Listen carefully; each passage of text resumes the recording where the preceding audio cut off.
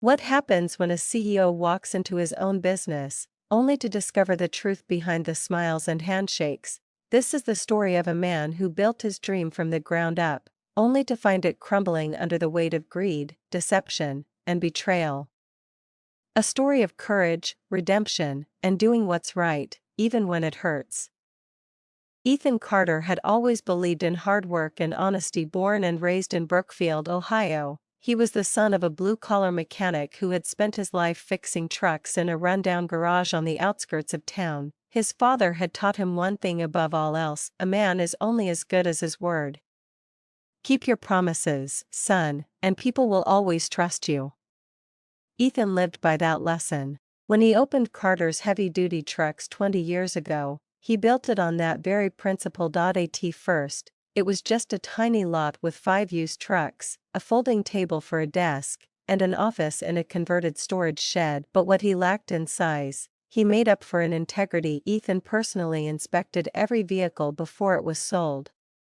He shook hands with customers, listened to their needs, and made sure they drove off with a truck they could count on. For years, it worked. Word spread, people trusted him. Soon, his dealership expanded into a full-sized showroom, complete with a repair shop and a team of mechanics. By the time Ethan turned 48, he had built a multi-million-dollar business. But now, as he sat in his corner office, reviewing a stack of customer complaints, he felt something he hadn't felt in a long time. Doubt. Sales were still strong. Profits were solid, but the customer reviews told a different story. Some still praised the dealership's quality, others, they promised one price, then added hidden fees. I walked away feeling cheated. I saved for 2 years.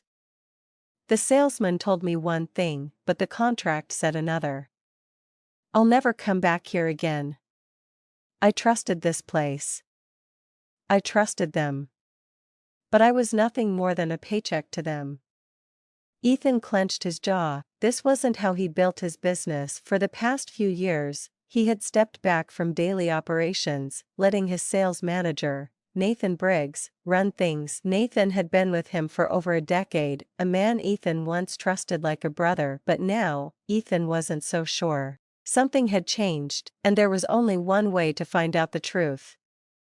The next morning, Ethan left his Rolex and designer suit at home. Instead, he threw on an old flannel shirt, a faded baseball cap, and a pair of worn-out jeans. He even scuffed up his steel-toed boots, making sure he looked the part. His new identity? Mike Thompson, a construction worker looking to buy a truck. To complete the disguise, he ditched his luxury SUV and drove to the dealership in an old, beat-up 1998 Ford F-150. As he pulled into the lot, a knot formed in his stomach. This was his business, his dream. But today, it felt unfamiliar. Inside, a young salesman named Tyler Brooks greeted him with a wide, rehearsed smile. Welcome to Carter's Heavy-Duty Trucks. I'm Tyler.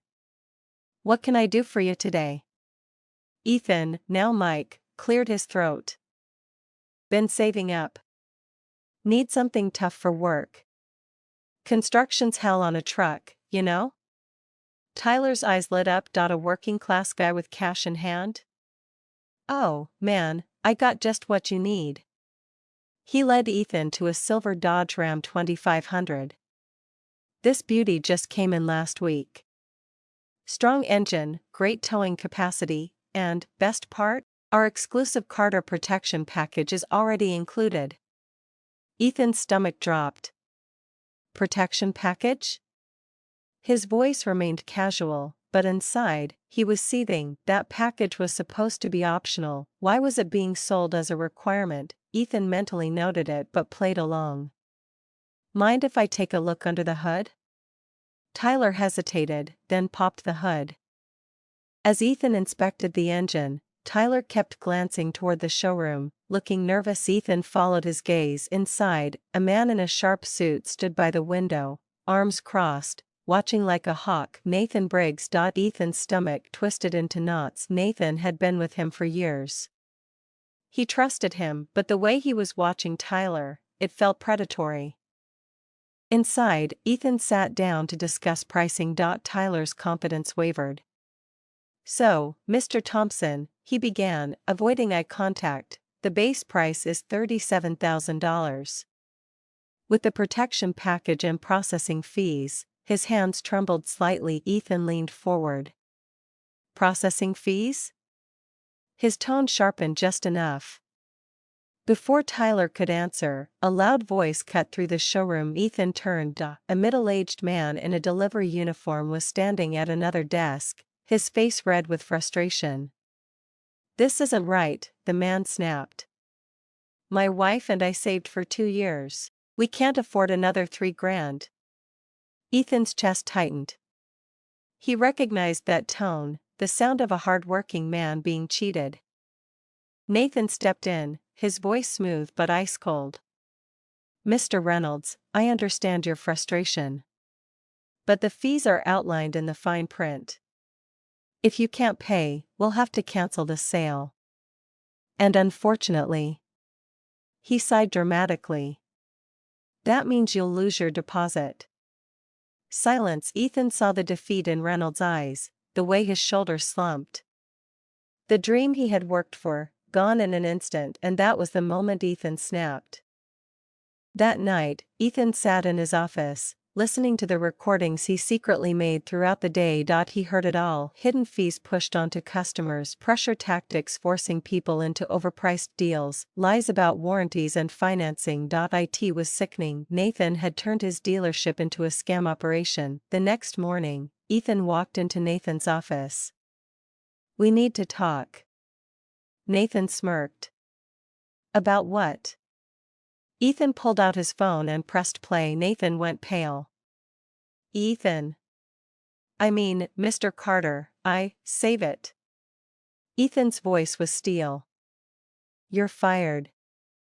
That same day, Ethan called an emergency meeting. "Things change now." His voice was calm but firm. "Every customer who was overcharged? They get refunded. Every dishonest practice? Ends today. We're rebuilding this business on trust, no exceptions." Slowly but surely, trust returned. One day, Mr. Reynolds walked back in, his eyes filled with disbelief as Ethan handed him a set of keys.